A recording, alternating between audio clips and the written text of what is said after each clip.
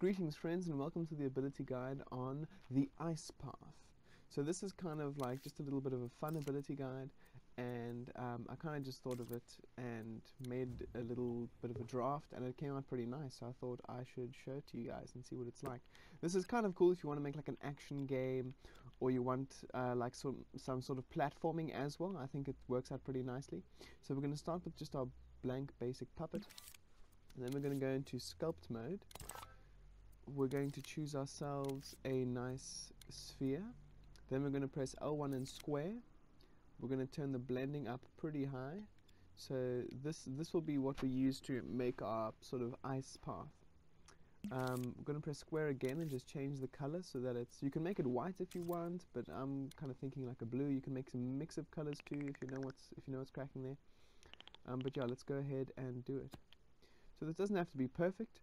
It just kind of has to be like fairly kind of not too steep and not too bumpy, because you need to be able to walk over it. So if you make the bumps a little bit too high, you might struggle to actually walk on it as you sort of cast it. So we're just gonna make this here. Don't worry if it's a bit steep or not steep enough or whatever as you're first making it, because you can change the angle when you emit it.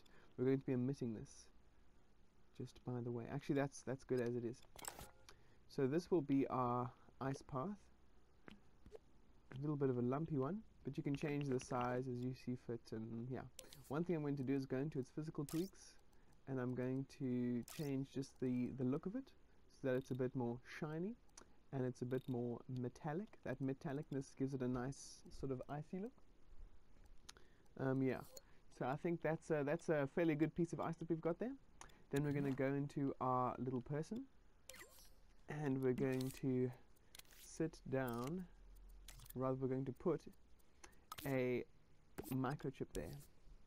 Alrighty, in this microchip we can call it ice path or something like that, IP, call it IP for short. Ice path. This is a brand new IP.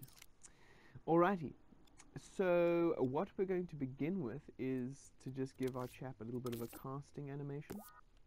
Really nothing too fancy. We're just going to make them lift up their arm like this. Nothing too amazing. Alrighty, then we're going to add an emitter, and the emitter is going to spawn or create our lovely ice path. So we're going to set the emit speed to 0.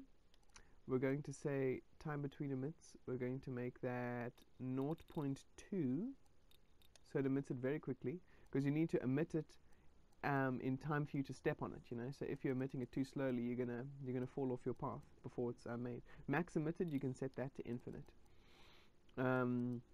Alrighty, then we're going to choose our object to emit.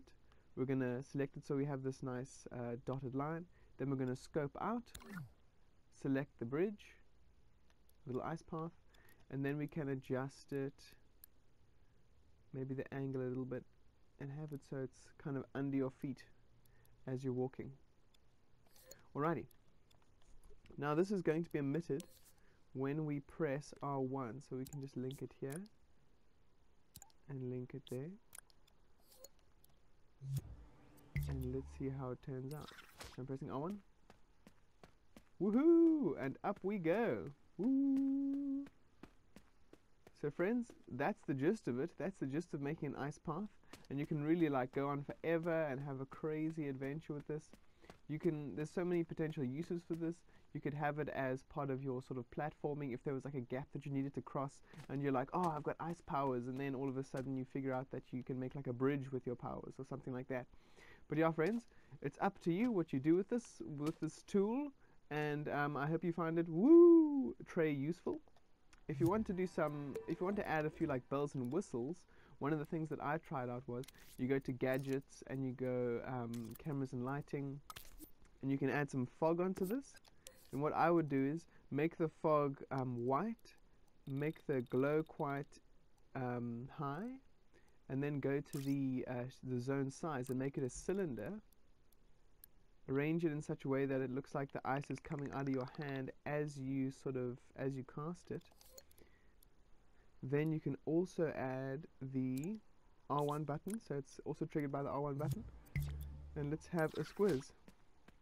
Woohoo! So now there's kind of like an icy, misty effect as you're casting it, so it's actually kind of a little bit concealed as you're doing it, so that adds a little bit more to the polish as you're doing it, you know, and adds to that whole icy vibe.